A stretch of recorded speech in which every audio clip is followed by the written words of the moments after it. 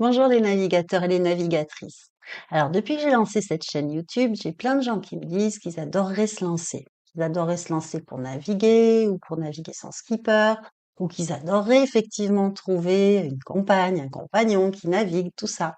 Mais à chaque fois, ils ont une bonne raison pour que ce soit pas possible. Il y a toujours un mais, il y a toujours un problème.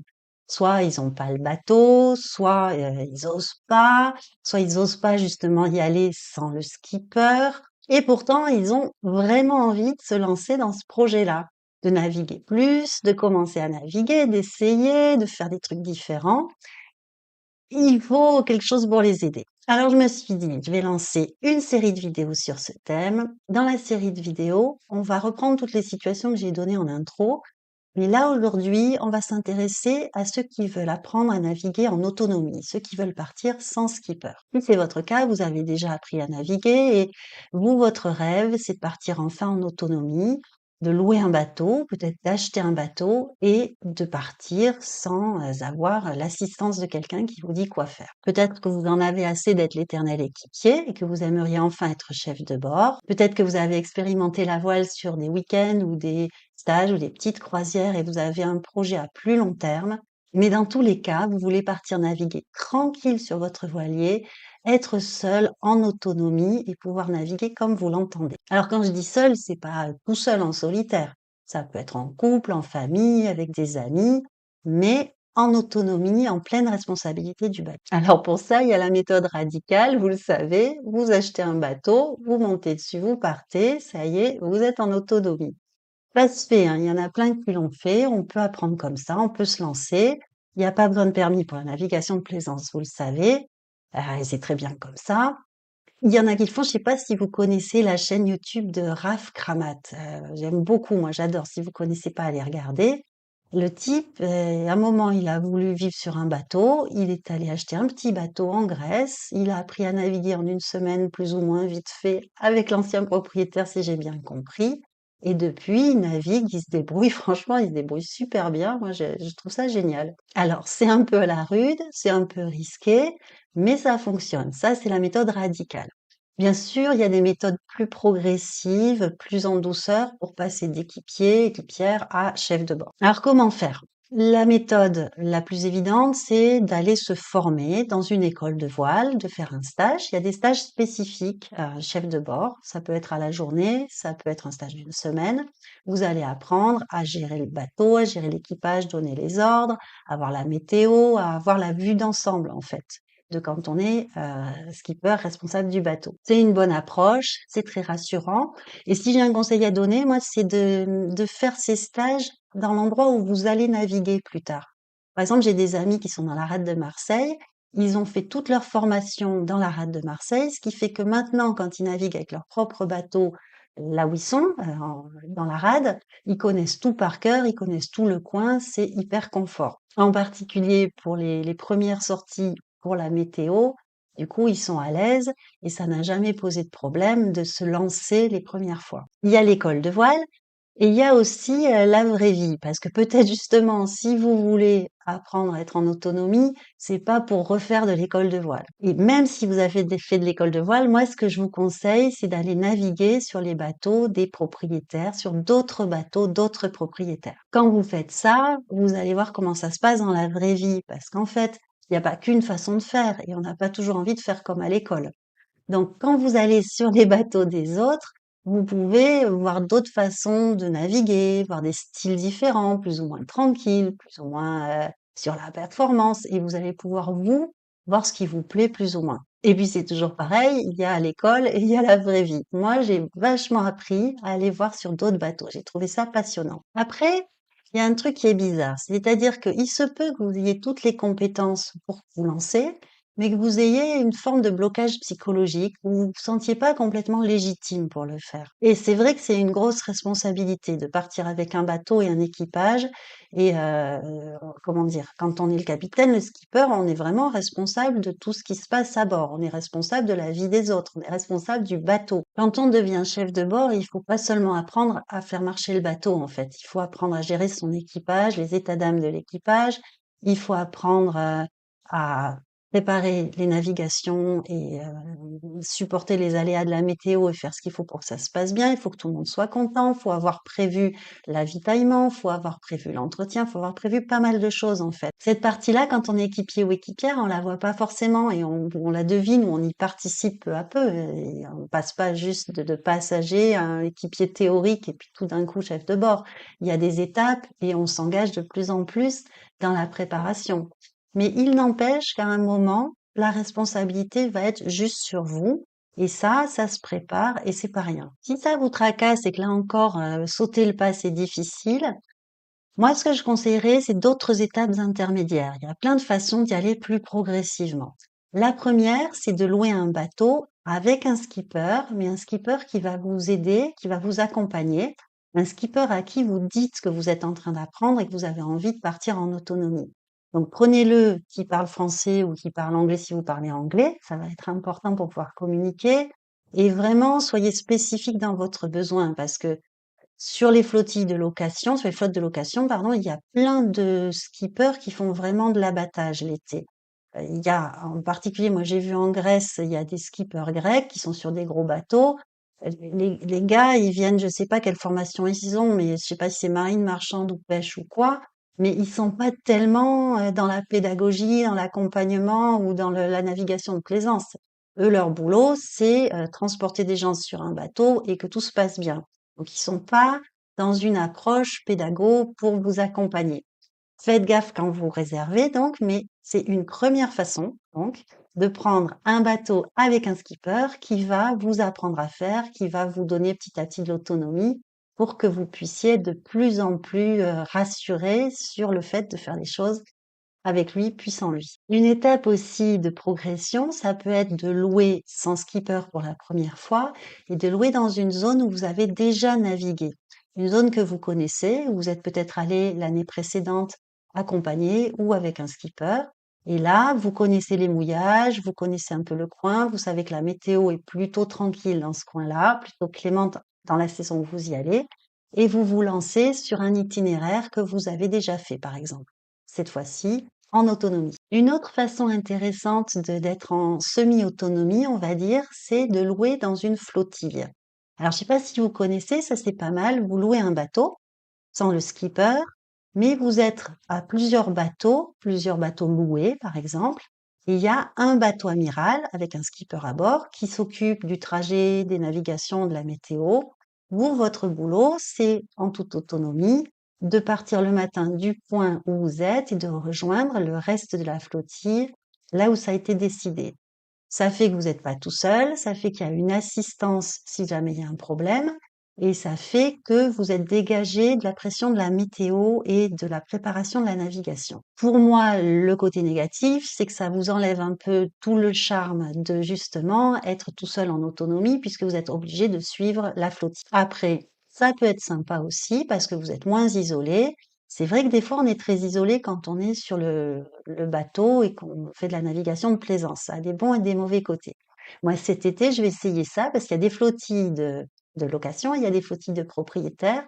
Donc, il y a Vogue avec moi qui lance une flottille en Grèce cet été. Pendant 4 jours, on navigue ensemble avec d'autres bateaux de propriétaires. Pour moi, c'est nouveau. Je pense que je vais faire une vidéo là-dessus. Et je vous dirai comment ça s'est passé. Mais je me dis, bon, ça peut être une façon de faire des rencontres, de passer un petit peu le côté solitaire de la navigation de plaisance. Côté location, donc, vous pouvez louer avec un skipper qui sera pédagogue et qui va vous accompagner. Vous pouvez louer dans une zone sans skipper, mais une zone que vous connaissez déjà bien. Et vous pouvez partir en flottille pour être dégagé du souci de la navigation et de la météo. Ensuite, bien sûr, vous pouvez acheter un bateau. Et là aussi, il y a des façons progressives de prendre en main son bateau. Alors d'abord, avant d'acheter un bateau, ça se réfléchit et c'est vraiment important. Il y a plein de vidéos là-dessus, il y a plein de gens qui ont dit des trucs plus intéressants que tout ce que je pourrais raconter sur le choix du bateau en fonction du projet qu'on a. Une bonne façon d'essayer les bateaux, là encore, c'est d'aller naviguer sur des bateaux équivalents en utilisant le site Vogue avec moi. Ça peut être une façon de le faire, ou par des copains ou des relations, des gens qui vont vous amener pour que vous testiez le bateau dans de vraies conditions. Mais là encore, il n'y a pas qu'une façon de faire. Une des façons de prendre en main son bateau si on n'est pas à l'aise les premières fois, c'est de prendre un coach professionnel. Un coach, en fait, c'est un moniteur de voile qui vous accompagne les premières sorties, qui fait avec vous les manœuvres, comment dire, qui vous met le pied à l'étrier pour qu'après vous soyez autonome et que vous preniez votre bateau tout seul, évidemment, comme ça doit être. Vous n'aurez pas toujours le moniteur à côté. Mais ça peut être chouette, ce coaching, pour accompagner les premières sorties. Je trouve que c'est une super idée. Surtout si c'est un beau bateau, un gros bateau. Je veux dire, vu le budget du bateau, ça peut être pas mal. Sur les premières fois, ça va être marginal comme coût par rapport au coût d'achat, d'avoir quelqu'un qui vraiment vous fait tirer le maximum de ce beau bateau que vous venez d'acheter. Une autre façon qui peut être intéressante d'acheter un bateau, et on n'y pense pas souvent, c'est de l'acheter à plusieurs. Alors moi, j'y croyais pas du tout à ce truc-là jusqu'à ce que je le voie de mes propres yeux. J'ai navigué sur un bateau qui appartenait à 50% à un Anglais, 50% à un Allemand. Ils étaient tous les deux sur la même longueur d'onde, ils étaient tous les deux, comment dire, assez soigneux, assez respectueux. C'était des Nordiques, hein, donc assez respectueux des règles, de la façon de l'entretenir, tout ça. Et franchement, ça marchait super bien. Ils l'utilisaient, c'est comme les gardes d'enfants, un week-end sur deux, et ils avaient partagé les vacances. Et de temps en temps, ils se débrouillaient aussi pour naviguer ensemble. Du coup, ils avaient un bateau beaucoup plus chouette que ce qu'ils auraient pu s'offrir. Le budget de l'entretien, vous le savez, le budget d'entretien, c'est 10 à 20% du prix du bateau chaque année. Donc, le budget était divisé par deux. Le carénage, tout ce qu'il y a à faire sur un bateau, tous les travaux, ils se les partageaient et ça se passait super bien. Donc, si vous avez un caractère pour ça, ça peut vraiment être une solution d'être à plusieurs sur un bateau. D'autant que un bateau, on l'utilise pas 100% du temps, à moins d'être à la retraite et de partir pendant plusieurs semaines ou plusieurs mois pour les chanceux qui peuvent faire ça. Bon, vous le voyez, il y a plein de façons de se lancer pour que cet été, vous puissiez enfin naviguer en toute autonomie. Bonjour, aujourd'hui on parle de la caisse de bord. C'est un point important de savoir comment on partage les frais à bord d'un bateau. Ça permet de bien en profiter, qu'il n'y ait pas de tension autour de l'argent, de pouvoir s'offrir ce qui nous fait plaisir et de vraiment profiter au maximum de ce moment-là. Et pour ceux qui sont sur un budget un peu plus serré, ça permet aussi de voyager, de naviguer à moindre coût. Donc on voit ce que c'est qu'une caisse de bord, on voit les bonnes pratiques et on voit aussi les arnaques, les excès qu'il peut y avoir avec ça. Donc la caisse de bord, c'est le porte-monnaie, c'est la cagnotte du bateau, de l'équipage. Dedans, on peut mettre différentes choses et c'est ça dont on va discuter. Ce que je vais dire, bien sûr, ça varie d'un bateau à l'autre et je vous invite à indiquer en commentaire comment vous fonctionnez. On a toute une gamme de pratiques qui va de la gratuité totale quand vous êtes invité sur un bateau ou bien vous recevez et vous recevez à 100%, vous invitez complètement. Ça va jusqu'à les frais partagés du bateau, y compris de l'amortissement du bateau. Donc on a toute une gamme de possibles, mais d'une manière générale, ce qui est commun à la caisse de bord, c'est d'abord l'avitaillement, donc les boissons, la nourriture, les choses qu'on va consommer à bord du bateau. Il y a aussi de façon assez générale des frais pour le gasoil, des frais de port, d'amarre, de bouée, si jamais on navigue et qu'il y a un déplacement dans des ports différents. Il y a les produits d'entretien communs, il y a les petites réparations occasionnelles qui vont être générées par le fait d'avoir utilisé le bateau. Il y a aussi parfois des frais en plus des frais de port ou à la place, il y a des frais pour accéder au bloc sanitaire, aux douches. Et puis, il va y avoir les activités qui vont être décidées par l'équipage en commun hors du bateau ou sur le bateau, qui sont payantes. Et il va y avoir, si vous êtes en location, la location du bateau, bien sûr, et éventuellement les frais pour un skipper. Ça, c'est la base minimale, on va dire, quand il y a une caisse de bord. Les choses qui vont être discutables et qui doivent surtout être discutées avant, c'est est-ce que d'autres frais qui sont des frais propres au bateau et qui incombent normalement aux propriétaires vont être partagés ou non. Certains propriétaires vont compter une quote-part, par exemple, de l'assurance annuelle du bateau ou de la place au port annuelle du bateau. Si vous êtes propriétaire, vous savez bien qu'il y a des coûts qui sont liés au bateau qui sont importants. On compte 10 à 20% par an du coût du bateau pour l'entretien, la place, etc. Vous savez bien que faire venir des gens sur votre bateau, ça coûte beaucoup plus que simplement payer sa part de nourriture. Que si quelqu'un casse quelque chose, ce qui arrive quand on accueille des gens à bord, c'est vous qui allez en être financièrement responsable et donc vous pouvez juger légitime que par exemple l'assurance annuelle, il y a une quote-part pour les personnes qui viennent à bord. Du point de vue du propriétaire, ce qui est intéressant, c'est que c'est aussi une façon de réduire ses frais et de faire participer, de faire partager à des personnes qui n'auraient pas accès à la navigation s'ils ne recevaient pas des passagers qui mettent la main à la poche pour les frais communs. Bien sûr, tout est dans le dosage et le plus important, ça va être d'être extrêmement explicite sur ce qui est demandé et ce qui n'est pas demandé. Pour les sorties à la journée ou au week-end, le plus simple, c'est de prévoir à l'avance un forfait quotidien. Donc celui ou celle qui est responsable de ce calcul-là, en général c'est le ou la propriétaire du bateau, vous calculez une estimation des frais, frais de port, frais de carburant, frais d'avitaillement, et puis vous donnez à l'avance le prix, le forfait pour la journée en expliquant bien à quoi ça correspond. Si vous êtes passagère, vous devez demander donc combien ça va être pour la participation quotidienne à la caisse de bord. Et bien entendu, si jamais vous êtes complètement invité, c'est-à-dire qu'on vous dit non, mais il n'y a pas de souci, tout est prévu, tu es invité, ne venez pas les mains vides. Je dis à chaque fois que j'ai l'occasion de le dire, mais c'est comme quand vous êtes invité chez quelqu'un, vous prévoyez même quelque chose de symbolique, mais vous ne venez pas les mains vides si on vous invite à bord. Pour des séjours qui seront un peu plus longs, d'une semaine ou plus, il va falloir faire un budget commun et l'ajuster au fil du voyage. Pour ça, il y a des applications qui sont super, moi je trouve. Moi j'utilise Tricount, c'est pas sponsorisé, mais Tricount ça marche très très bien. C'est une petite application que vous téléchargez sur votre téléphone, il y en a sans doute d'autres, et vous indiquez à chaque fois qui a dépensé quoi et pour qui. Et c'est une application qui permet de mettre en fonction des dépenses. Donc s'il y en a un qui a pris qu'une salade au resto pendant que les autres avaient pris un gros menu, par exemple, vous pouvez l'indiquer. Ça permet de suivre toutes les dépenses. Une autre chose que je dois préciser, c'est que le ou la chef de bord participe également à la caisse de bord. La pratique habituelle, c'est que tout le monde participe à égalité. Il faut qu'il y ait un principe d'égalité, un principe de transparence. Donc avoir une application pour faire les comptes, moi je trouve que c'est la meilleure méthode. Après, on peut tout à fait fonctionner à l'ancienne, c'est-à-dire un porte-monnaie physique où chacun met un billet de 50 € ou plusieurs billets de 50 € en fonction de ce que vous avez décidé. Et surtout, il faut vraiment prendre en compte les besoins et les moyens de chacun. Si vous voyez que quelqu'un est un peu juste ou souhaite être un peu juste, il faut que ce soit fixé au départ.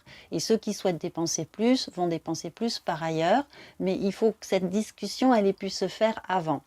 Si c'est le ou la chef de bord ou quelqu'un d'autre dans l'équipage qui a fait de toute façon tout l'avitaillement et toutes les courses, ça va déjà limiter un petit peu la discussion sur ce qu'on achète au niveau nourriture. Et de toute façon, vous n'échapperez pas à ces petites négociations du quotidien, c'est les joies de la vie en groupe. Mais le plus explicite on est au départ, le moins de tension il y aura par la suite. J'en profite pour dire que c'est un des objectifs de cette chaîne, de parler des relations à bord. Alors relations hommes-femmes, mais pas seulement, aussi relations au sein de l'équipage. Donc n'hésitez pas à mettre un pouce vers le haut, à vous abonner si ce n'est pas déjà fait.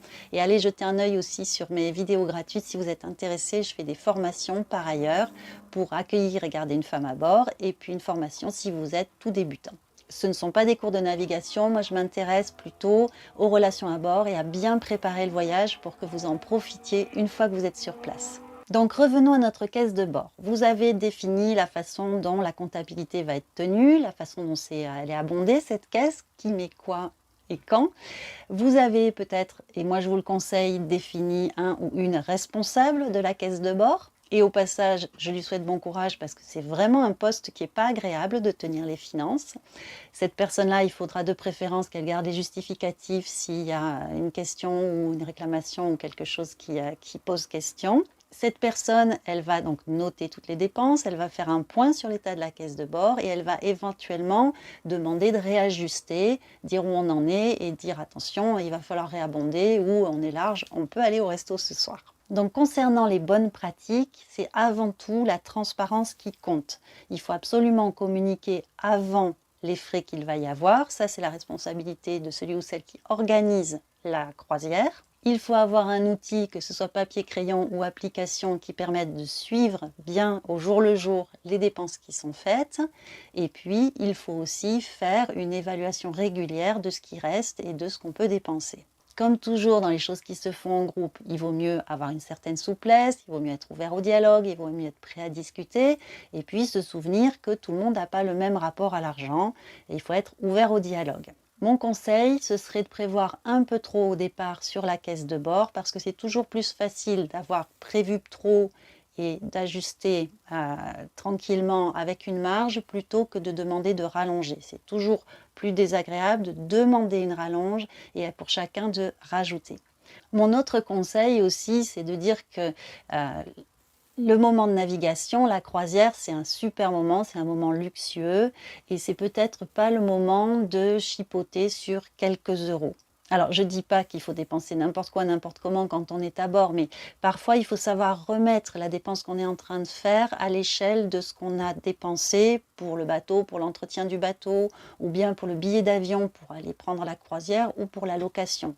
C'est d'autant plus vrai quand on arrive dans un pays où le coût de la vie est très bas. On a tendance à s'aligner, les représentations qu'on a de l'argent, sur le coût de la vie local. C'est vrai en bateau, mais c'est vrai quand on part en voyage d'une manière générale. Donc, pour le bien de l'équipage, pour le plaisir de naviguer tous ensemble, il faut quand même rester sur des choses qui sont fluides, qui sont raisonnables et de ne pas trop se crisper sur des dépenses qui, au final, resteront marginales par rapport à la dépense globale. Au cours du séjour, il peut y avoir des désaccords sur les dépenses. Quand c'est possible, ces dépenses-là, elles sont prises à titre individuel. C'est-à-dire que si tout le monde ne veut pas aller au resto, c'est quand même assez facile de ne pas tous aller au resto. On n'est pas toujours tous obligés de faire la même chose et à ce moment-là, ça doit être décidé en amont. Comme pour tout, on discute, on s'explique et puis on prend une décision collective. Donc si vous êtes débutant ou débutante, n'hésitez pas à poser des questions, renseignez-vous bien avant de partir. Une fois que vous êtes embarqué, c'est toujours plus délicat et c'est délicat pour les deux côtés. Voilà pour les bonnes pratiques. Évidemment, c'est plus simple, plus la croisière est courte et moins on est nombreux, plus c'est simple. Plus la croisière est longue et plus on est nombreux, plus c'est compliqué. Je voulais venir sur les escroqueries qu'il peut y avoir parce qu'il y a des gens qui abusent et c'est valable dans les deux camps. Quand je dis les deux camps, je veux parler de ceux qui sont propriétaires de bateaux ou qui organisent des sorties sur un bateau de location et de l'autre côté, ceux qui sont passagers. Un premier excès, ça consiste pour un propriétaire à vouloir tirer parti de l'accueil de passagers d'une façon qui serait quasiment de la navigation payante. Et là, il faut être bien clair. Soit on est en accueil de passagers payants et on a tout un tas de contraintes et de normes, que ce soit des impôts, des qualifications professionnelles, un équipement du bateau qui n'est pas le même, et à ce moment-là, on peut faire payer des passagers. Soit on est quelqu'un qui met à profit son bateau dans des sites de co-navigation ou avec des amis, et on ne peut pas en tirer de profit. La règle est claire. Maintenant, la limite entre les deux, des fois, n'est pas très claire parce qu'il y a des propriétaires qui proposent des caisses de bord, des frais à la journée qui sont quasiment les prix qu'on paye sur des navigations, sur des stages de voile. Alors bien sûr, ça dépend de la taille du bateau, ça dépend de la prestation qui est proposée, ça dépend de l'avitaillement, on l'a dit, du carburant, de tout ça, mais au-delà d'une certaine somme pour un bateau donné, ça devient aussi cher que du payant et en tant que passager, en tant que coéquipier invité, ça peut être considéré comme abusif. Alors c'est difficile de donner des prix parce que les prix changent tout le temps et qu'il y a de l'inflation. Là on est en 2025. Pour un bateau qui serait un bateau de, on va dire, moins de 10 mètres, il me semble qu'au-delà de 50 € par jour, on est sur des tarifs qui sont élevés pour une caisse de bord, pour du partage de co-navigation. Après, encore une fois, les usages varient selon les lieux, selon les habitudes. N'hésitez pas à indiquer en commentaire ce que vous pratiquez ou ce que vous avez vécu en tant que coéquipier ou coéquipière. Donc ça, c'est les abus côté propriétaire sur le tarif des caisses de bord à la journée. L'autre abus, c'est côté passager. Quand j'étais plus jeune, je vivais sur un bateau en Martinique et pendant les vacances, j'invitais souvent des amis à faire soit une croisière à la journée, soit une croisière de quelques jours dans les îles d'à côté. Et j'étais jeune, j'étais très idéaliste et je pensais que naturellement les choses allaient s'équilibrer en termes de dépenses et que j'avais pas besoin, c'était pas dans ma mentalité du tout, j'avais pas besoin de prévoir une caisse de bord. Je savais même pas que ça existait, l'idée de la caisse de bord. Sur la première croisière d'une semaine qui était prévue, j'avais fait l'avitaillement sur ce que je pensais aller tenir quasiment une semaine de nourriture, de boissons, etc. pour qu'on ne soit pas embêté à devoir faire des escales tout le temps pour se ravitailler. Et en fait, mes passagers, en 3 jours, ils ont tout descendu. Ils ont mangé comme si on était à la maison, en abondance et comme s'il y avait un frigo qui pouvait se remplir d'un coup de voiture pour aller, chercher des trucs à l'épicerie et c'est pas le cas en bateau. C'est vrai que, quand on n'est pas habitué aussi, on le sait pas, j'aurais dû l'expliquer, mais il y a des produits frais sur lesquels on est obligé de se rationner. Ça ne veut pas dire qu'on mange moins, ça veut dire que les produits frais, si on n'a pas une grosse capacité de stockage, on doit les faire durer. Sinon, à la fin, on mange que ce qui se conserve, donc des pâtes et du riz.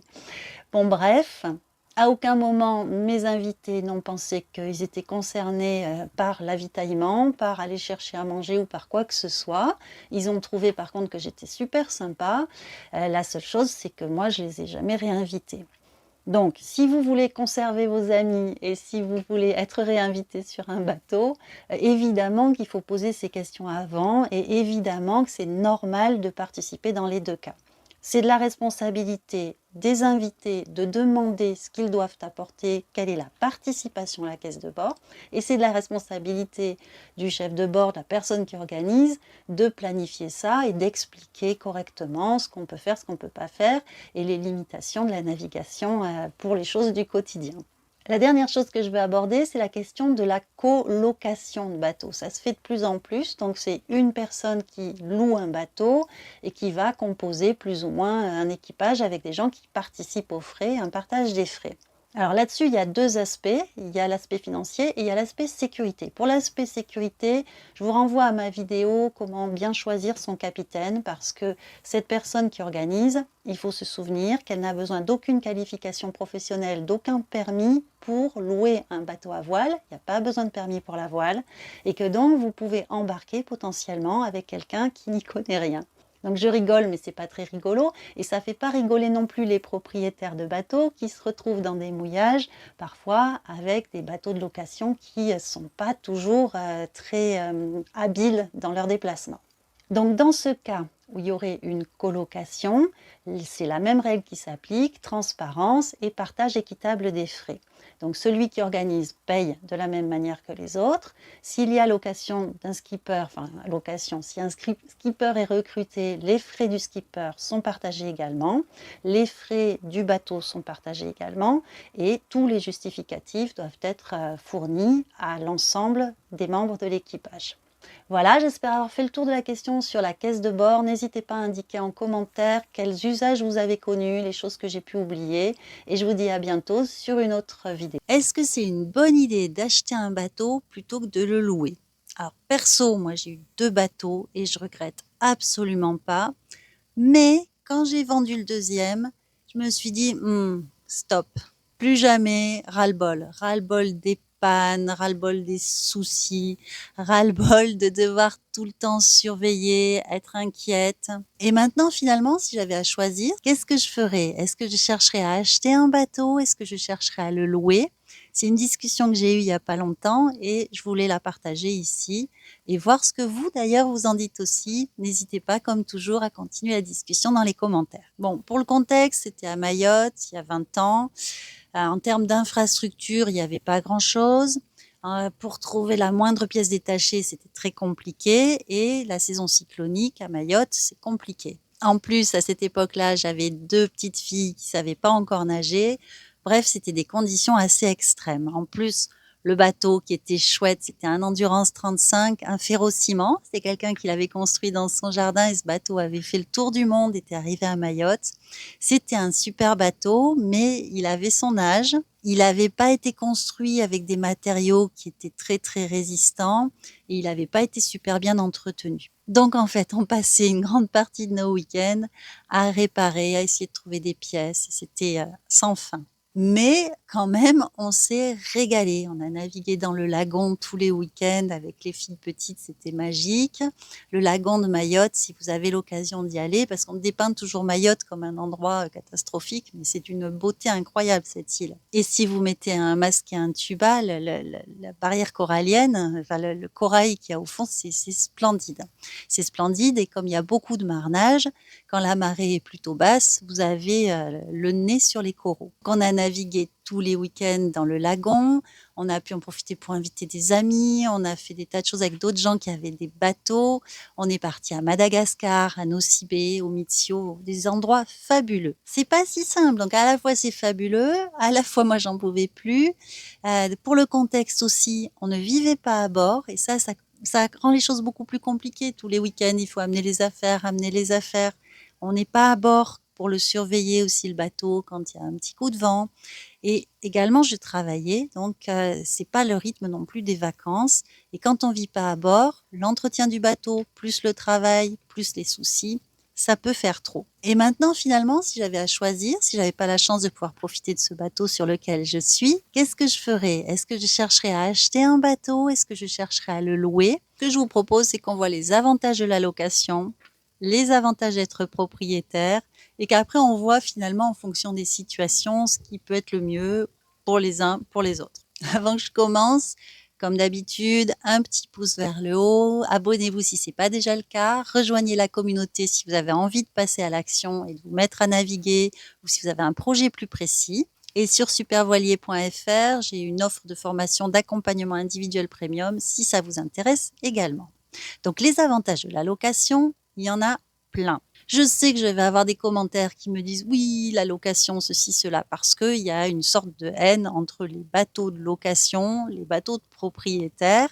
Et pour moi, le problème, c'est pas la location. Le problème, c'est qu'il y a des gens qui louent les bateaux sans skipper et qui devraient se former un peu plus avant de partir en autonomie avec ce bateau de location, parce qu'effectivement, ils peuvent représenter, par manque de compétences, un danger et une nuisance pour les autres bateaux. Que les autres bateaux, d'ailleurs, soient de location ou de propriétaire. Mais bon, quand c'est son propre bateau qu'on abîme, ça fait un peu plus mal. Le premier avantage de la location, vous l'aurez compris, c'est l'entretien.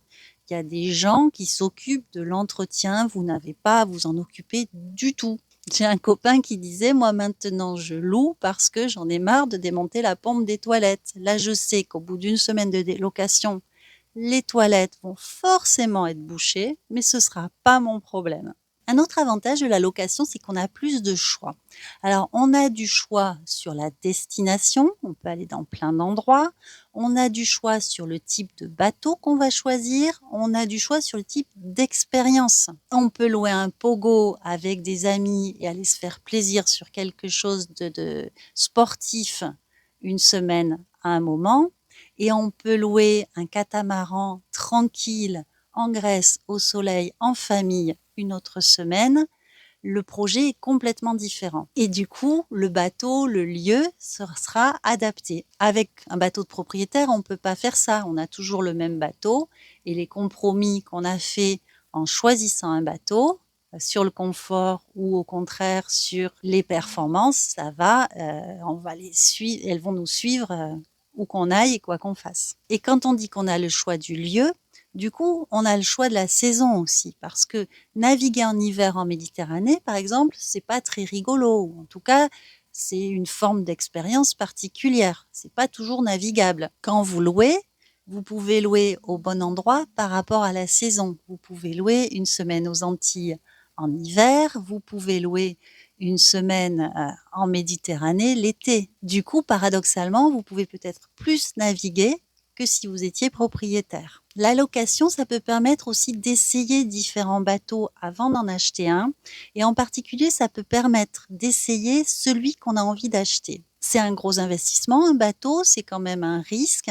Et du coup, l'essayer en vrai, éventuellement en famille, en couple, pour voir si ça colle, si on arrive à le manœuvrer, s'il n'est pas trop gros, s'il n'est pas trop petit, si c'est le bon choix.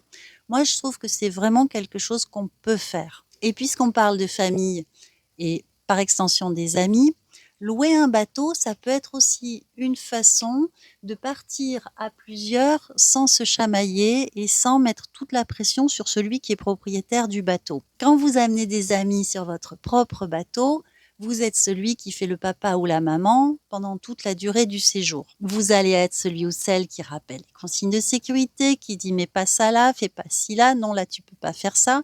C'est hyper pénible. Et puis si quelque chose est cassé, c'est pour vous. Toute la responsabilité, elle va sur le propriétaire du bateau.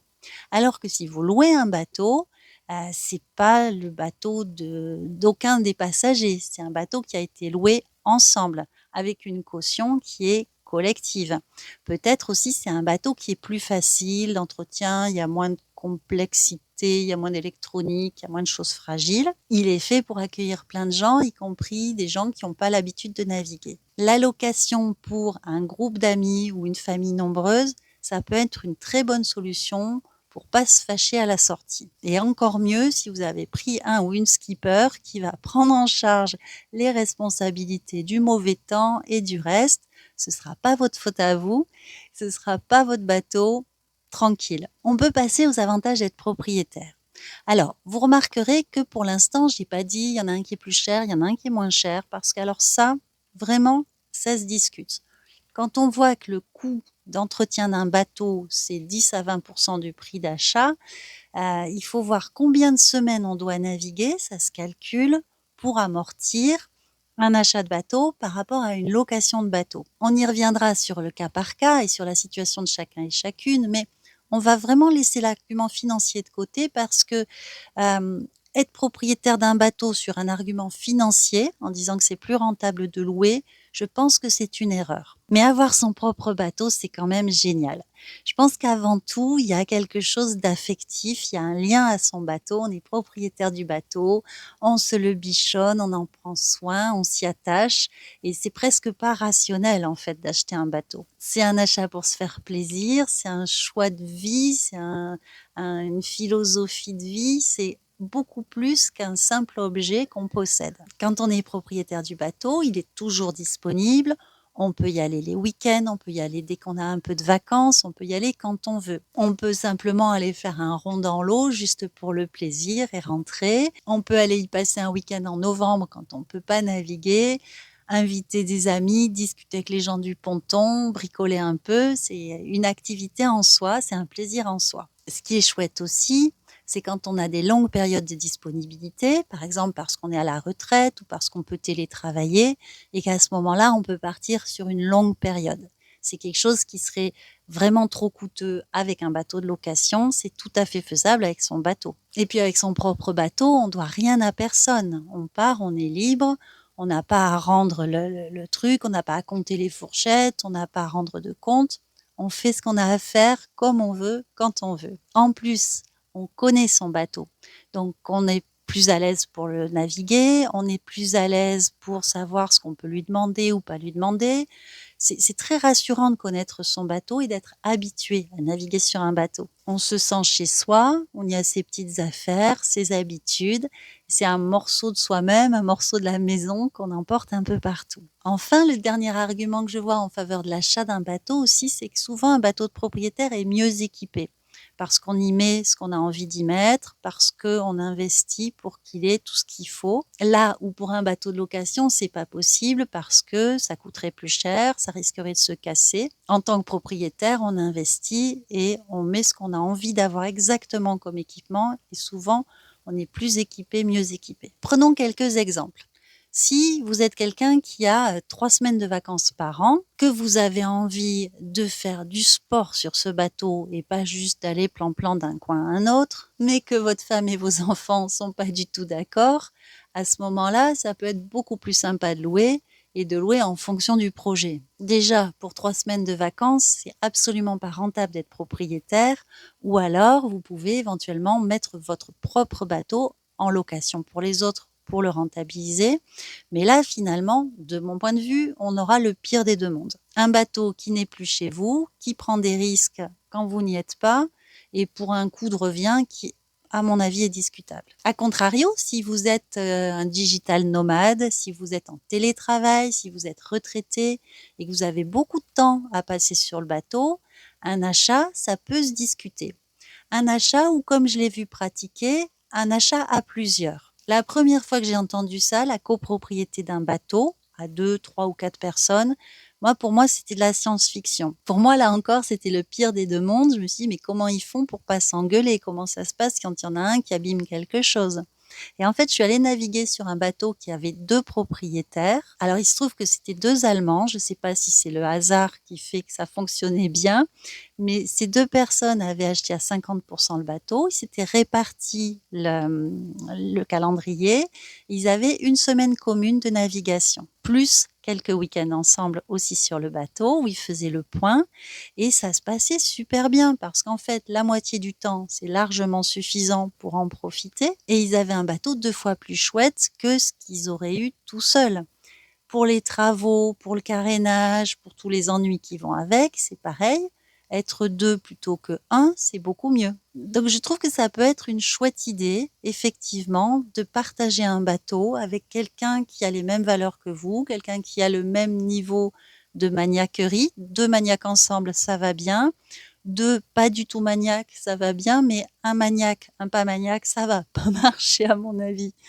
Donc acheter dans ces cas-là plusieurs, pourquoi pas. Un autre cas où on peut se poser la question de si c'est une bonne idée d'acheter, moi je pense que non, c'est si vous débutez en voile. Si vous débutez en voile, commencez par aller vous former, aller faire des stages, faites de la co-navigation. Vous savez que moi je travaille avec Vogue avec moi, je trouve que c'est un site qui est génial et que j'utilise pour moi-même. Vous avez un lien dans la description, donc formez-vous, allez rencontrer des gens, faites vos expériences avant de vous lancer dans l'achat d'un bateau. Et le principal argument, c'est que celui que vous choisiriez là maintenant en débutant, c'est pas celui que vous allez choisir quand vous aurez un tout petit peu d'expérience. Donc passez quelques semaines en mer, faites-vous une idée de différents bateaux, louez éventuellement des bateaux différents si vous pouvez, allez sur les bateaux des autres et ensuite, quand vous aurez une meilleure idée de ce que vous voulez faire comme compromis de navigation, comme projet de voyage, à ce moment-là, vous pourrez commencer à réfléchir, de mon point de vue,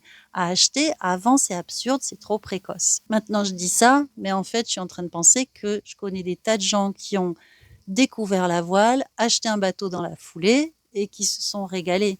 Et qui, quelques années après, en ayant évolué, ont changé de bateau parce qu'on peut revendre le bateau qu'on a acheté et en choisir un autre. Donc, c'est aussi une possibilité. Le dernier point pour moi, le dernier exemple qui est intéressant, c'est s'il y a un projet de voyage à long terme, en couple, en famille, peut-être un projet justement à la retraite, ou un projet sur une année sabbatique. Là, effectivement, il n'y a pas photo, il faut acheter un voilier et il faut acheter un voilier qui permette de vivre à bord de façon durable. Louer ou acheter, donc vous voyez, c'est pas qu'une décision rationnelle d'achat, c'est aussi des choix de vie, c'est des choix affectifs. J'ai essayé d'être exhaustive dans cette vidéo et de proposer le maximum d'éléments à la réflexion. Si vous voyez d'autres choses à ajouter qui pourraient aider ceux qui sont dans ce type de réflexion, n'hésitez pas à les rajouter dans les commentaires. Et je vous dis à bientôt. Bonjour les navigateurs et les navigatrices, ou alors plutôt d'ailleurs aujourd'hui bonjour les futurs navigateurs et futures navigatrices, parce que cette vidéo, elle s'adresse à vous si vous n'avez jamais navigué. Et aujourd'hui dans cette vidéo, je vous montre comment on peut apprendre, il y a plein de façons, je vais vous donner 7 façons d'apprendre à faire de la voile quand on n'a jamais commencé et quand on n'a pas de bateau. Vous rêvez de naviguer, vous avez envie d'apprendre à faire de la voile, mais vous ne savez pas par où commencer. Vous êtes au bon endroit et dans cette vidéo, on voit 7 façons de commencer la voile, même si on n'a jamais fait quoi que ce soit dans ce domaine et même si on n'a pas de bateau. Alors d'abord, il faut se dire que c'est tout à fait normal d'avoir des appréhensions quand on ne connaît pas une nouvelle activité. Et c'est plus qu'une activité, c'est un milieu qui peut même être un peu fermé. Et on peut se dire qu'on va pas savoir faire ou que on va avoir le mal de mer ou que on est trop vieux ou que c'est une activité pour les hommes, on peut se sentir exclu si on est une femme, ou bien c'est un sport qui est réservé aux riches, ou c'est quelque chose de dangereux, on aimerait bien mais on pense que c'est trop dangereux. Et comme pour toutes les craintes, c'est pas complètement faux tout ça, c'est un milieu qui est un peu fermé, ça coûte de l'argent et ça peut être dangereux si on s'y prend pas bien. Une fois qu'on a dit ça, il y a quand même plein de gens qui s'y régalent, qui reviennent vivants et qui n'ont pas forcément un énorme budget. Donc, on voit aujourd'hui comment on peut faire. Et on commence avec la première proposition la plus évidente. Pour commencer la voile, le mieux, c'est d'aller faire un stage. C'est le plus classique.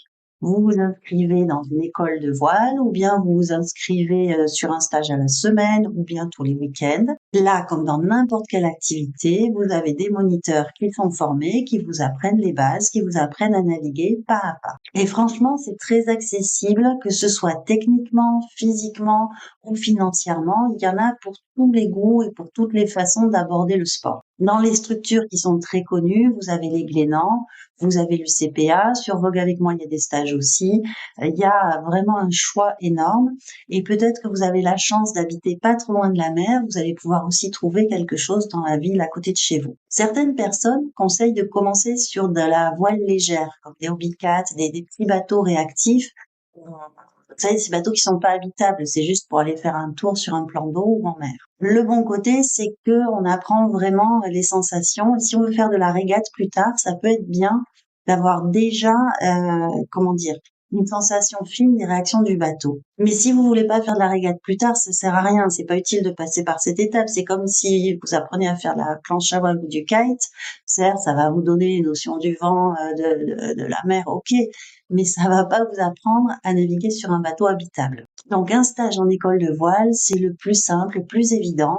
Ça va vous dégrossir en quelques jours et ça va vous permettre d'être tout de suite un équipier et de pas être un passager, un sac à patates, la contre-trimballe et qui sait pas où se mettre. La deuxième façon d'apprendre à naviguer, surtout une fois que vous êtes un peu dégrossi comme ça, que vous savez faire deux, trois choses, c'est d'embarquer via des bourses aux équipiers sur des bateaux de propriétaires. Trouver des embarquements, vous pouvez simplement demander aux copains, traîner sur les pontons et le faire par relation.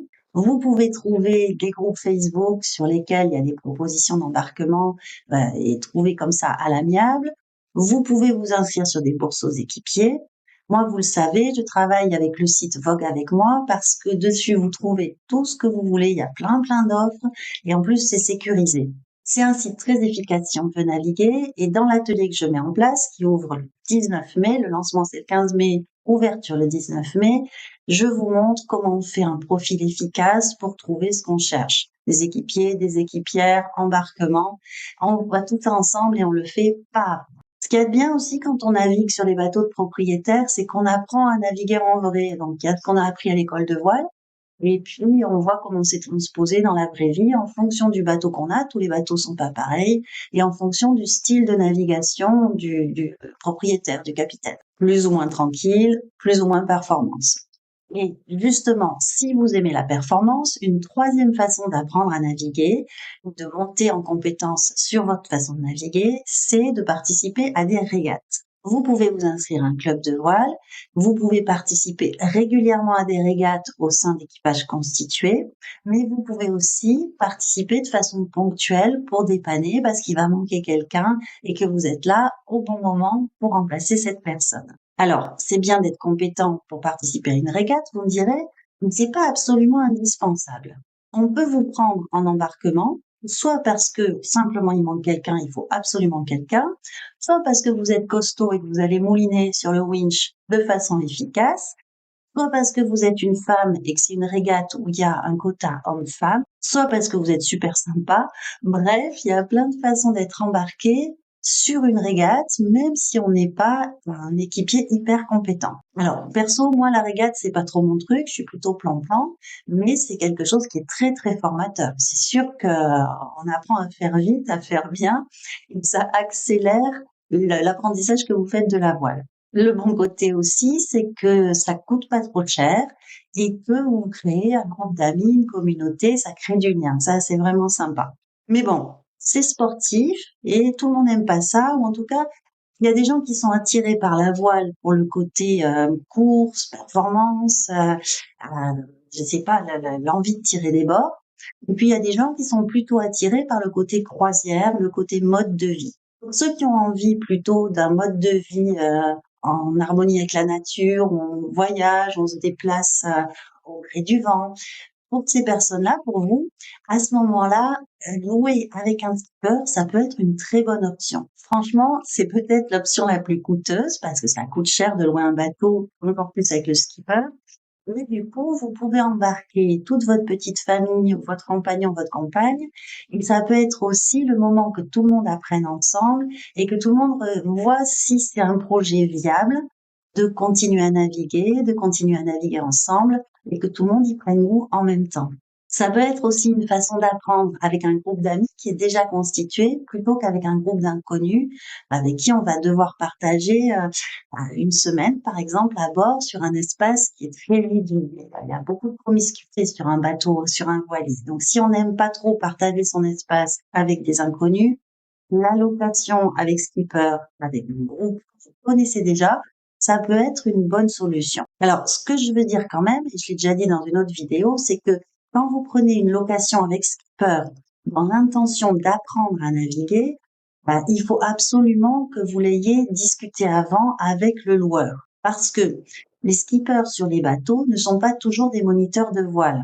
Si vous tombez sur un moniteur de voile, que vous avez expliqué que vous voulez apprendre avec lui ou avec elle, et que tout le monde se comprend et qu'il y a cette espèce d'ambiance où on vous forme, c'est chouette. Si vous tombez sur un skipper qui est plutôt marine marchande ou pêche et qui va être plutôt, on va dire, comme un conducteur de bus ou comme un pilote d'avion, c'est-à-dire que lui, son boulot, c'est de vous déplacer, c'est pas du tout de vous apprendre quoi que ce soit, ça va pas correspondre à ce que vous aviez cherché au départ. Donc, soyez hyper explicite quand vous allez louer, demandez un skipper en expliquant ce que vous voulez, vous, c'est apprendre à naviguer. Ce sera possible, ce sera pas possible, mais en tout cas, prévoyez-le dès le départ. Une cinquième façon d'apprendre à naviguer, ça peut être de se former en ligne. Alors, maintenant, vous le savez, on peut se former en ligne pour tout un tas de trucs. Moi, je ne fais pas de cours de navigation en ligne, mais il y a des gens qui le font. Moi, j'ai vu des sites vachement sympas. J'ai vu qu'il y avait Catel, j'ai vu qu'il y avait Corail en voyage. Ils font ça et ça vous permet de dégrossir pas mal de choses. Bien sûr, ça ne se substitue pas à la pratique, mais ça vient quand même vous apprendre des tas de trucs. Alors, vous pouvez passer par ces cours en ligne. Vous pouvez aussi vous acheter le bon gros bouquin des Glénans et commencer à regarder ce qu'il y a dedans. Dans tous les cas, c'est vrai que la partie théorique, elle peut se faire même quand on n'est pas en bateau. Elle peut se faire en hiver, tranquillou, chez soi, avec son ordinateur ou ses bouquins. Donc, ça va rejoindre le sixième point pour vous aider à vous lancer, qui est de vous imprégner de la culture de la navigation. Certes, il y a toute la technique, faut apprendre, c'est comme quand on apprend à conduire, faut apprendre à passer les vitesses, mais quand on conduit, c'est pas pour le plaisir de passer les vitesses, c'est parce qu'on aime bien se déplacer, qu'on va aller voir des choses. En bateau, c'est pareil. On veut vivre une expérience, on veut être en mer, on veut voyager. Il y a plein de motivations différentes, mais il y a une culture autour de ça. Et ça, vous pouvez vous en imprégner en regardant des vidéos de gens qui naviguent. Vous pouvez commencer à regarder tous ces tutos de comment on met les choses en place, comment on répare son moteur, comment on s'occupe du bateau l'hiver. C'est une super façon d'apprendre le vocabulaire aussi, parce que le vocabulaire pour les débutants, c'est pas le plus facile. Il y a tellement de mots nouveaux à apprendre que je pense que ça rebute certaines personnes. Donc observez, regardez ce qui vous plaît, vous regardez si vous avez plutôt envie d'une navigation sportive, regardez si vous avez envie d'être tranquille dans votre coin et avec un petit bateau de faire de la navigation de plaisance à proximité. Est-ce que c'est plutôt une croisière, une location loin qui vous plaira plus tard? C'est important de se projeter sur le type d'aventure qu'on veut vivre parce que c'est comme ça qu'on se donne la motivation pour commencer. Et dans l'atelier Partir naviguer, on va vraiment être là-dessus, c'est-à-dire qu'on va partir de votre motivation, votre rêve, et on va faire tout ce qu'il faut pour que pas à pas, en 8 semaines, vous passiez à l'action. Bon, il nous reste le dernier point, j'ai gardé le meilleur pour la fin. Une façon très simple de partir naviguer, c'est de trouver un compagnon ou une compagne qui a un bateau et qui navigue. Et oui, il fallait y penser, là vous avez tout en un, vous avez à la fois le bateau prêt à l'emploi, vous avez une personne accueillante qui s'occupe du bateau, qui va s'occuper de vous, qui va vous apprendre pas à pas et qui va vous faire aimer ça. Si vous êtes célibataire, si vous cherchez un compagnon ou une compagne et que vous avez envie de découvrir la voile, franchement, pourquoi ne pas faire les deux en même temps? Si l'idée ne vous paraît pas complètement loufoque, j'ai une playlist complète sur les relations hommes-femmes à bord. Allez la regarder parce qu'il y a quand même des choses à dire. D'abord, il faut pas se louper, tout le monde n'est pas forcément sur le même projet. Il y en a qui veulent que apprendre la voile et qui ne sont pas forcément intéressés par une rencontre amoureuse. Et puis, il faut dire aussi que quand on navigue en couple, Il y a toutes les difficultés du couple, plus toutes les difficultés de la navigation qui sont en même temps, et que c'est très révélateur et que ça peut accélérer certaines choses. Ça peut rapprocher ou ne pas rapprocher. En tout cas, j'ai gardé cette solution-là pour la fin parce que je sais que ça vous fait sourire et je sais que ça en intéresse certains ou certaines. Bonjour les navigateurs et les navigatrices. Alors on continue cette série pour ceux qui rêvent de naviguer mais qui savent pas trop par où commencer. Dans cette série, on voit concrètement comment on peut débuter la voile, même sans expérience, même sans bateau. On voit comment on peut devenir skipper, chef de bord. On voit comment on peut aussi se mettre à naviguer avec d'autres personnes qui aiment naviguer, que ce soit des coéquipiers, des coéquipières ou que ce soit peut-être la femme ou l'homme de votre vie. Donc, vous avez envie de naviguer, vous n'avez pas de bateau, vous n'avez pas forcément envie de vous fader à nouveau l'école de voile, un apprentissage un peu laborieux. Peut-être vous avez envie aussi de vous faire plaisir et de faire plaisir à votre famille. Et pour tout ça, louer un bateau, ça peut être une bonne solution. Alors je sais que la location de voilier, ça fait débat dans la communauté des voileux et des voileuses, mais c'est pas du tout le sujet de la vidéo. Là, on prend le temps de détailler justement comment on peut utiliser la location pour démarrer dans la voile et pour se former. Et surtout, je vous donne les 7 choses à éviter absolument pour pas vous retrouver dans un piège à touristes et pas vous retrouver trimballé sur un bateau où vous n'aurez rien appris. Avant de voir les choses à éviter, il faut voir les avantages de la location. Alors, le plus évident, c'est que vous pouvez faire du bateau sans être propriétaire d'un bateau vous-même. Et si la location, ça reste quand même quelque chose de cher, c'est toujours moins cher que d'acheter un bateau, d'autant que vous n'avez pas l'entretien du bateau, ni sur le budget, ni concrètement les jours qu'il faut passer pour s'occuper de votre bateau. Si vous louez plusieurs fois, vous pouvez aussi essayer des bateaux différents. Vous pouvez essayer un catamaran, vous pouvez essayer un monocoque. Comme ça, vous apprenez ce qui vous convient le mieux. Vous pouvez louer dans des lieux différents, vous pouvez louer aux Antilles, vous pouvez louer en Méditerranée. Ça ouvre vraiment toute une possibilité de voyage. C'est une plus grande liberté que d'être propriétaire de votre propre bateau. Un avantage aussi de la location de voilier, c'est que c'est très facile d'accès. Si vous avez un skipper avec vous, il n'y a pas besoin d'avoir de permis, évidemment. Et si vous n'avez pas de skipper, il va suffire d'avoir un permis mer, un tout petit permis bateau, pour pouvoir partir en mer. La location, ça va vous permettre de tester des bateaux différents, de voir si vous êtes plutôt catamaran ou plutôt monocoque, de tester éventuellement des bateaux que vous avez le projet d'acheter plus tard, de tester la navigation tout court et de tester en famille. Parce que ça, c'est l'autre avantage de la location, c'est que ça peut être un projet de couple ou de famille. Vous pouvez partir ensemble, vous pouvez apprendre ensemble et vous pouvez aussi partir entre amis. Ça peut être une bonne solution de partir à plusieurs entre amis. Si vous êtes tout seul, vous pouvez aussi partir sur une location, mais à ce moment-là, à la cabine. Au lieu de louer le bateau tout entier, vous jouez juste la cabine. Donc, il y a plein d'avantages à louer un bateau, à louer un voilier. Par contre, comment on fait pour tirer profit de cette location de bateau, pour apprendre à naviguer ou pour progresser en navigation? Parce qu'il y a 2 risques aux 2 extrêmes. Un extrême, ce serait de vous dégoûter complètement parce que c'était trop difficile et d'avoir dégoûté tout votre équipage, tous vos amis ou toute votre famille. Et l'autre extrême, c'est de vous être fait trimballer comme un passager complètement passif et d'avoir rien appris de la croisière. En fait, il faut comprendre qu'il y a plusieurs façons de louer un bateau. La première différence, je l'ai déjà dit, c'est soit vous louez le bateau tout entier pour vous, soit vous louez à la cabine et vous allez partager ce bateau avec d'autres personnes. Bien sûr, vous pouvez louer avec un skipper qui va vous accompagner tout le long et vous pouvez louer sans skipper, en autonomie. Cette location de bateau, ça peut être de la navigation pure, juste du bateau, point, ou ça peut être une croisière avec une thématique qui est plus ou moins affirmée. Par exemple, il y a des bateaux qui sont festifs. Il y a des bateaux qui vont être plutôt orientés plongée, les croisières plongées. Ou bien vous avez des croisières plutôt farnientes, où le but c'est de bronzer pendant la semaine. Une fois que vous avez ça en tête, je pense que vous commencez à voir les problèmes qu'il peut y avoir et les erreurs qu'il faut éviter pour vraiment profiter de cette croisière, de cette location pour apprendre à naviguer. La première erreur, ce serait de partir sur un bateau orienté fête. Alors, quand je dis fête, moi, j'ai rien contre le fait de faire la fête, c'est pas ça le problème. Mais il y a des gens qui partent une semaine en voilier avec l'optique, et ils s'y tiennent, hein, d'avoir la musique à fond sur le bateau pendant une semaine en étant alcoolisés du matin au soir, du soir au matin. Et je le dis souvent, il y a plein de façons de naviguer, il y a plein de projets de navigation.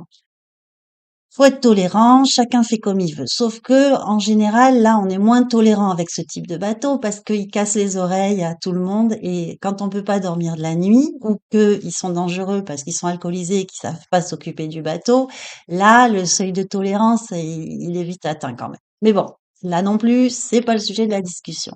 Simplement, retenez que si vous avez embarqué sur un bateau pour apprendre à naviguer, un bateau où on fait la fête comme ça va pas marcher pour vous.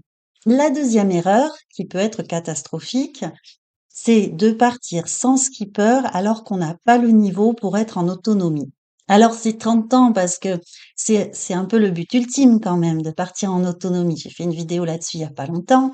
Euh, on a envie de partir sans le skipper. On a envie de faire tout seul, surtout si on est déjà allé dans cet endroit-là, si on connaît, si on a un copain qui nous a amené, des choses comme ça. Sauf que la météo, c'est pas forcément la même d'une année sur l'autre. Un endroit qui était paradisiaque un jour peut être l'enfer un autre jour. C'est le principe de la navigation. Et si vous n'avez pas les compétences, vous risquez de vous mettre en danger, vous risquez de mettre votre équipage en danger, mais vous risquez aussi plus probablement de gâcher l'expérience de tout le monde. Donc ce serait vraiment dommage, ce serait contre-productif et c'est tentant, mais si vous n'avez pas vraiment acquis des compétences de chef de bord, attendez, gardez un skipper, formez-vous encore. Ça fait le lien avec la troisième erreur qui serait de partir avec un skipper qui n'est pas moniteur.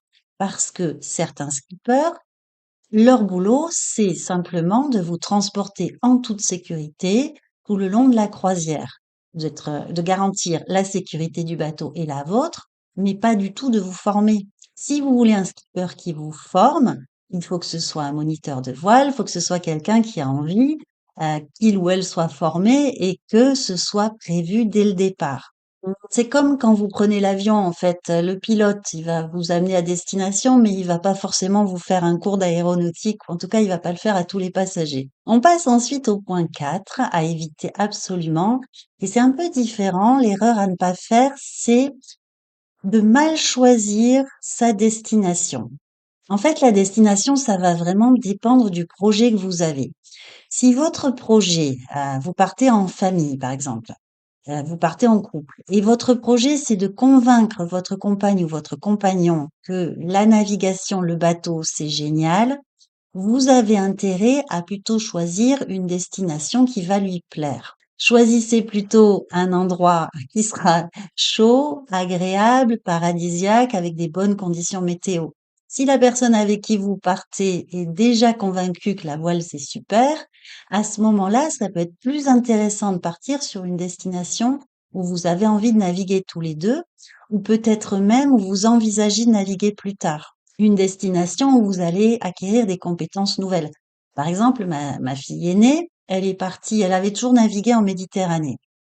Elle est partie faire une semaine de stage au Glénan, donc là-bas où il y a des tas de courants, où il y a des marées, enfin des trucs incroyables quoi. Des trucs qu'on voit pas en Méditerranée. Vous savez, la Méditerranée, c'est traître. Hein. Pour ceux qui connaissent pas, on croit que c'est tranquille, mais ça l'est pas. Mais en tout cas, il n'y a pas de marée. Donc, elle est allée faire une semaine de stage là-bas et elle a appris tout un tas de trucs qu'elle connaissait pas. Elle est allée exprès. Donc, quand vous allez choisir votre destination de croisière, il faut vraiment réfléchir à votre objectif. Est-ce que c'est une opération charme pour que tout le monde parte avec cette idée de faire du bateau? Est-ce que c'est plutôt de la technique que vous allez choisir? Il faut trouver cet équilibre. Et même, il faut se demander si c'est la location qui va être la plus adaptée ou si, pour la technique, il vaut pas mieux aller directement sur des stages de voile. Il va falloir être stratège et trouver des compromis entre la satisfaction immédiate et embarquer tout le monde dans le projet. La cinquième erreur à éviter, c'est de mal choisir son bateau. Alors, c'est pas facile de choisir un bateau de location. D'abord, il faut savoir, si vous débutez, qu'un bateau, plus c'est gros, plus c'est confortable. le même temps, je veux dire le même vent, les mêmes vagues, les mêmes conditions, selon que vous êtes sur un bateau de 7 mètres ou un bateau de 15 mètres, ça va pas du tout être le même ressenti. Dans un cas, vous aurez l'impression que waouh, c'est presque la tempête, et dans l'autre, sur le gros bateau, ce sera juste agréable. Donc, plus c'est gros, plus c'est confortable, plus c'est cher aussi, bien sûr, mais si vous partez à plusieurs ou si vous êtes à la cabine, ça peut être une façon d'être sur un plus gros bateau. À contrario, vous pouvez être tout seul, tranquille, sur un plus petit bateau. Ce à quoi il faut réfléchir, c'est quel est votre projet? Est-ce que c'est de commencer en toute sécurité sur le bateau le plus rassurant possible pour vous ou pour la personne qui vous accompagne et qui n'est pas habituée? Ou bien est-ce que le projet, c'est d'apprendre à naviguer sur un bateau qui est au plus près de ce que vous allez avoir plus tard si vous achetez un bateau? Si vous n'avez navigué que sur des gros voiliers ou sur des catamarans, le jour où vous vous retrouvez sur votre propre petit voilier habitable, ça va être compliqué. Bien sûr, c'est faisable, mais pourquoi dans ce cas ne pas commencer à louer un bateau qui est de la taille de ce que vous allez avoir si vous êtes propriétaire, si c'est votre projet, bien sûr. Et je le redis, c'est aussi une façon d'essayer les bateaux, de louer un bateau. Dans tous les cas, réfléchissez à votre projet. Donc, est-ce que c'est le truc le plus tranquille possible? Est-ce que c'est quelque chose d'un peu technique, un bateau un peu technique pour apprendre? Est-ce que c'est un petit bateau où on ressent plus les choses et où on apprend plus vite? Ou est-ce que vous visez le confort, la sécurité et de plaire à tout le monde, d'être sûr qu'il y a un sans faute? On passe au point 6, qui est de ne pas confondre co-navigation bourse aux équipiers et location croisière. Vous le savez si vous avez déjà écouté une de mes vidéos, moi je suis à fond pour être sur les bourses aux équipiers, passer en particulier sur Vogue avec moi pour aller naviguer sur d'autres bateaux, trouver des équipières, des équipiers, des embarquements. Je trouve que c'est une super technique pour apprendre à naviguer, pour rencontrer des gens. Je suis à fond pour ça.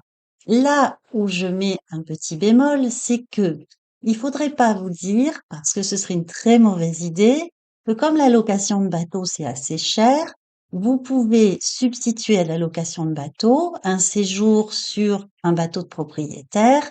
Ça sera moins coûteux et ça sera tout aussi sympa. Alors oui, ça sera tout aussi sympa, même sans doute plus, mais c'est un petit peu comme si vous compariez aller à l'hôtel en payant votre chambre d'hôtel et aller en vacances chez des cousins qui habitent à Paris. Dans un cas, vous payez un service, une prestation qui est presque une prestation hôtelière. Dans l'autre cas, il y a des gens très sympas qui vous invitent chez eux. Quand vous êtes invité sur un bateau de propriétaire, vous participez aux frais, mais c'est qu'une toute petite fraction du prix du bateau et de l'entretien du bateau.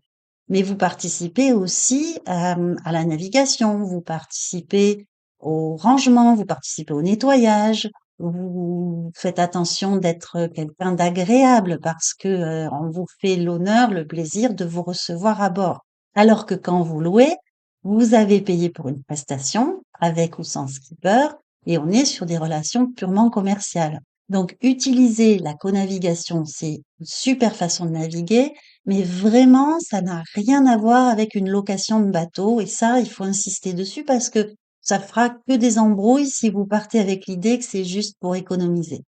Avant de passer au dernier point à éviter, je veux insister sur le fait que c'est vraiment, vous voyez, des projets qu'il faut préparer assez finement et c'est dans l'atelier que je propose qu'on peut faire ça ensemble si vous le souhaitez.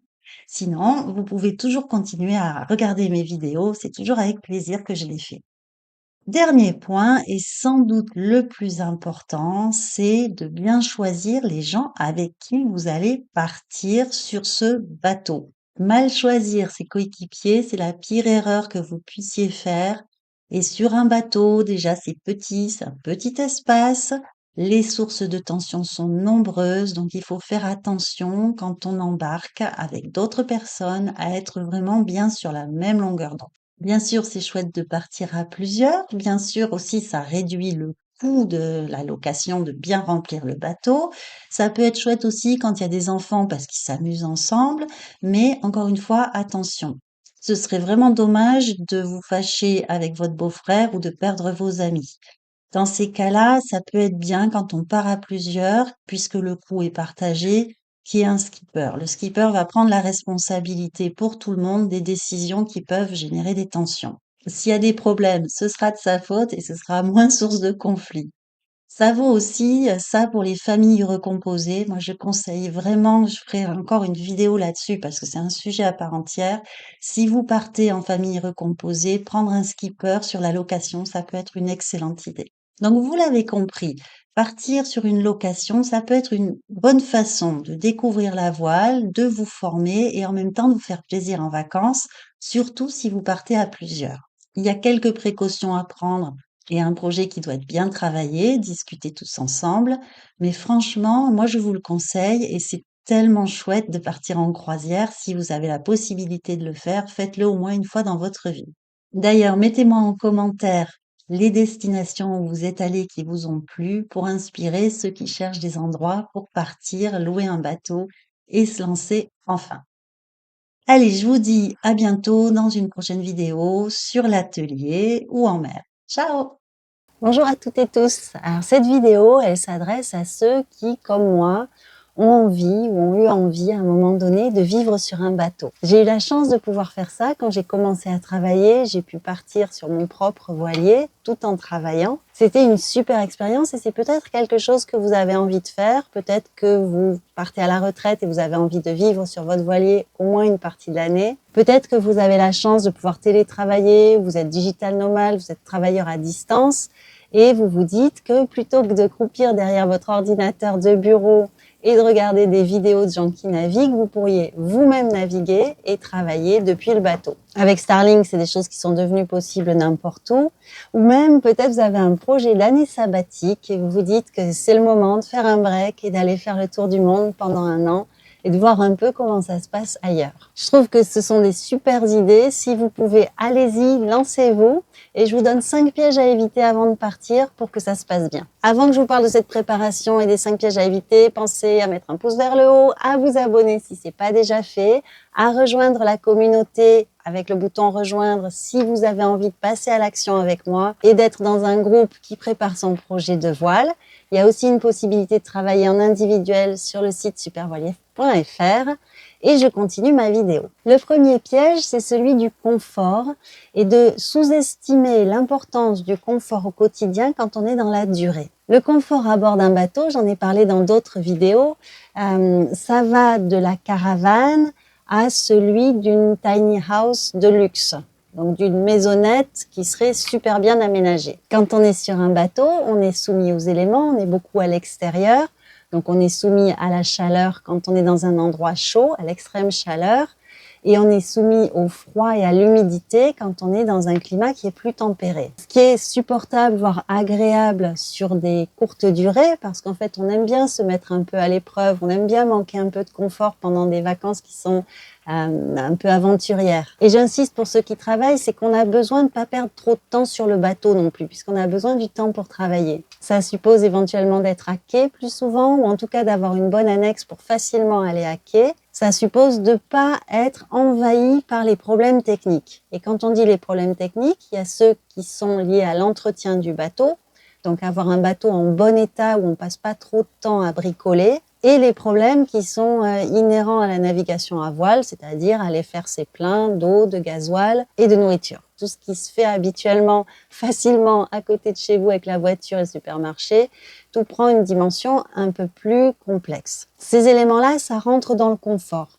C'est ce qui va faire que, à la longue, c'est fatigant pour vous, pour vos proches qui n'ont pas forcément autant envie d'être là que vous. Et c'est le lien avec le deuxième piège, le projet de couple, voire le projet de famille. Quand je vivais aux Antilles, il y avait vraiment beaucoup de familles sur les bateaux. Sur les bateaux, il y a plein de couples, donc c'est vraiment un projet qui se fait souvent à deux et on embarque les enfants là-dedans, c'est une super aventure. Et il y avait beaucoup de couples aussi et de familles aux Antilles parce que ça permettait de scolariser les enfants pendant quelques années, puisque souvent c'est le frein, le premier frein, c'est la scolarité. En s'arrêtant 2-3 ans ou plus dans des mouillages en Martinique, donc aux Antilles francophones, les enfants étaient scolarisés normalement et puis les familles repartaient soit pendant les vacances, soit avec des coupures intermittentes. Sur la question du projet de couple, c'est quelque chose qui est assez délicat. En fait, c'est un projet qui doit vraiment être partagé par les deux et ça me paraît assez difficile d'arriver à convaincre quelqu'un qui est pas passionné par ça, qui a pas lui-même ou elle-même l'envie de faire ça, de vous accompagner. Alors peut-être sur 1 an, peut-être sur 2 ans, quelque chose qui est borné, mais c'est quand même un mode de vie très particulier et qui plaît pas à tout le monde. Il faut l'accepter. J'ai fait pas mal de vidéos aussi sur les compromis à faire pour que celui ou celle qui a moins navigué trouve plus de plaisir et accepte de vous accompagner. Là, je crois que sur un projet de vie à 2 en bateau à l'année, il faut vraiment réfléchir au choix du bateau, au choix du lieu, à la durée, aux coupures, quand est-ce qu'on a le budget et quand est-ce qu'on revient aussi voir la famille, comment on s'organise pour que les enfants viennent nous voir ou les parents parfois âgés qui sont à la maison, comment on gère tout ça.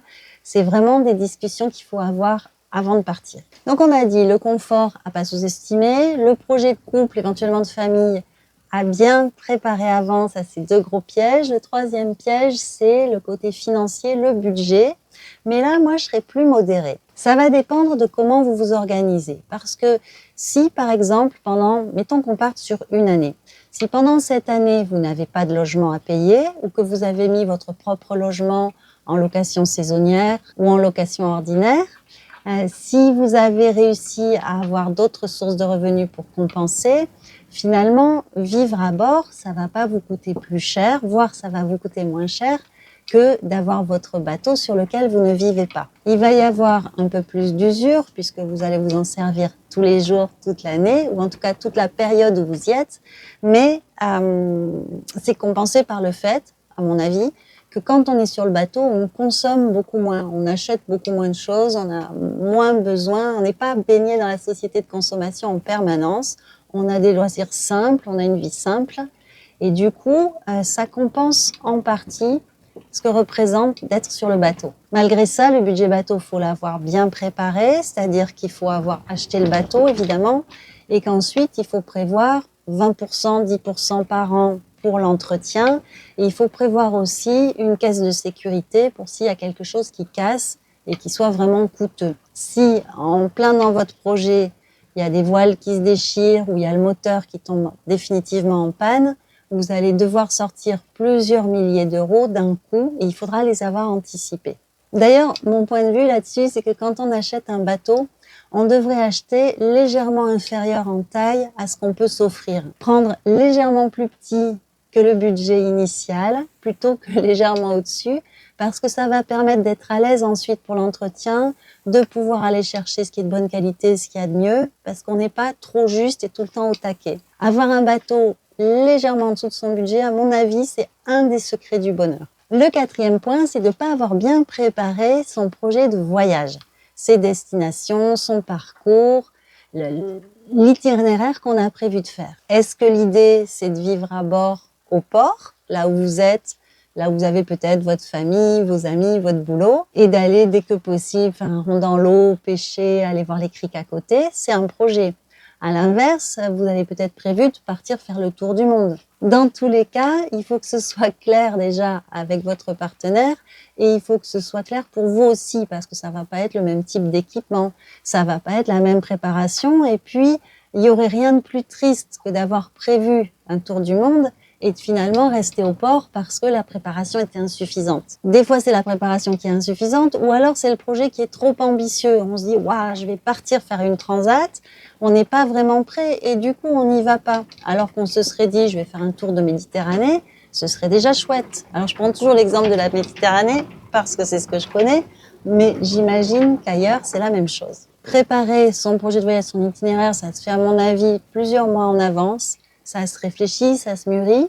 Éventuellement, ça se fait avec d'autres bateaux. On peut trouver des bateaux qui ont déjà fait des trajets. On peut trouver des blogs. On peut trouver des chaînes YouTube comme ça avec des gens qui font des itinéraires. On peut aussi trouver des gens avec qui on navigue, à faire de la navigation en flottille, entre guillemets, mais en tout cas à 2-3 bateaux qui font le même itinéraire et qui éventuellement connaissent et vont vous accompagner. Partir en voilier, c'est à la fois une aventure solitaire ou de couple solitaire ou de famille solitaire, mais c'est aussi rejoindre une grande communauté. Les gens sur les bateaux sont assez, autosuffisants, trouvent un équilibre sur leur bateau, mais sont toujours contents d'interagir avec les autres, d'aider, de dépanner. Et on est à la fois isolé et relié aux autres. C'est ça qui est très beau, je trouve, dans ce milieu-là. Le dernier piège, et j'ajouterai un bonus ensuite, c'est de ne pas avoir prévu son projet de vie. Au-delà du projet de voyage, donc où est-ce qu'on va aller, c'est qu'est-ce qu'on va faire sur le bateau. Est-ce qu'on a prévu qu'on va continuer à travailler? Peut-être qu'on a un travail qui permet de travailler à distance. Peut-être qu'on a une compétence qui fait qu'on peut bosser aux escales. Ou bien, peut-être qu'on n'a plus besoin de travailler parce qu'on a mis assez d'argent de côté ou parce qu'on est à la retraite. Et à ce moment-là, comment on s'occupe? Qu'est-ce qu'on fait du voyage?